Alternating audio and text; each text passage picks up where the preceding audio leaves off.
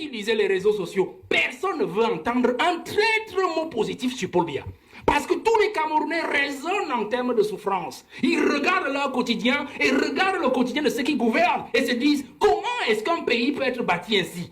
Des gens qui sont heureux, des imbéciles heureux qui nous dirigent, et du peuple qui travaille tous les jours et dont la sueur de son front est utilisée par des individus qui le dirigent. Voilà, aujourd'hui, personne ne va entendre un traître mot. Donc si Biya s'en va en laissant le pays à l'heure actuelle, il subira la même ingratitude qu'il a fait subir au président Ahidjo jusqu'aujourd'hui. Nous souffrons de ça. Donc vous comprenez que si je fais une parenthèse sur la survie du pays, nous entrerons. La première chose que le prochain président doit faire, c'est de restituer l'honneur du président, l'honneur et le président, de la dignité du président Ahidjo. Pour que le Cameroun ait un avenir radieux où s'ouvrent des horizons. L'autre héritage, donc, quand je reste dans l'égoïsme, l'héritage d'égoïsme, il nous a laissé un pays, il est en train de nous laisser un pays de népotisme, où on dirige avec ses enfants, on dirige avec son épouse, on dirige avec les neveux. Et on parlait du sous-sol camerounais qui est intact. Bon d'accord, moi je suis d'accord avec le professeur, parce qu'en fait, ce qu'ils sont en train de faire dans nos brousses à l'est et partout dans le sud, bon, ils sont en train de gratter le sous-sol, parce qu'on n'en a plus que ça.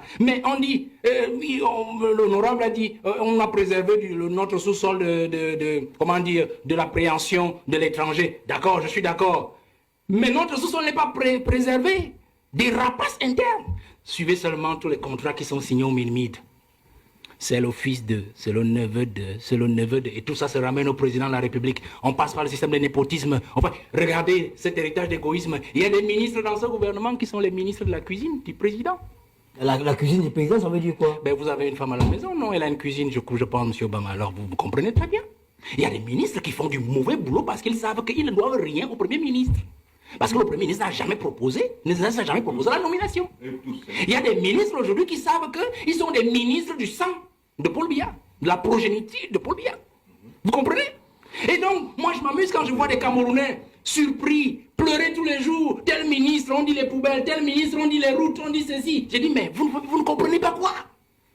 Voilà l'héritage que le président a de nous laisser. Un héritage des hommes de cuisine, un héritage des hommes de filiation. Alors c'est ça qu'il faut abréger dans la prochaine succession.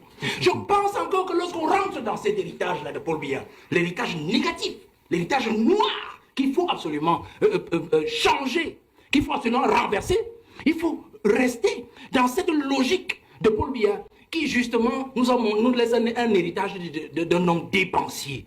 Dispendieux, un homme qui n'aime pas son pays. Je prends un simple cas, prenez la Suisse, il a passé 49 jours en Suisse, c'était le grand débat d'octobre dernier. 49 jours. Je me souviens en 2012, il y avait des études des journalistes qui montraient que l'année 2012, le président avait mis pratiquement plus de 250 jours à l'extérieur, à l'hôtel intercontinental. On se pose la question.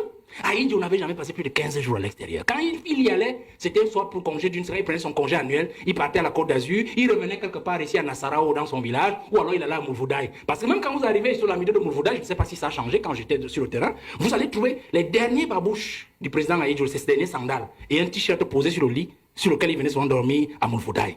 C'était une habitude sur le président Ahidjo.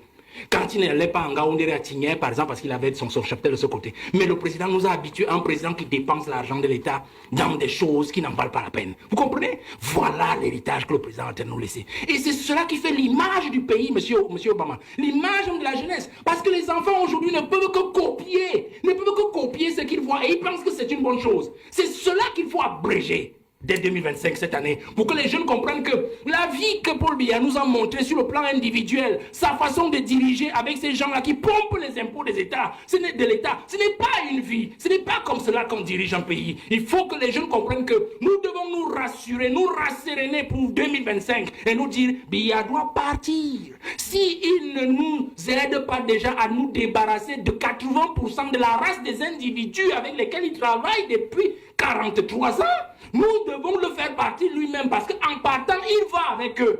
Il va avec eux. On aura libéré au moins le plancher. Et nous allons nous débrouiller après lui. En deux phrases.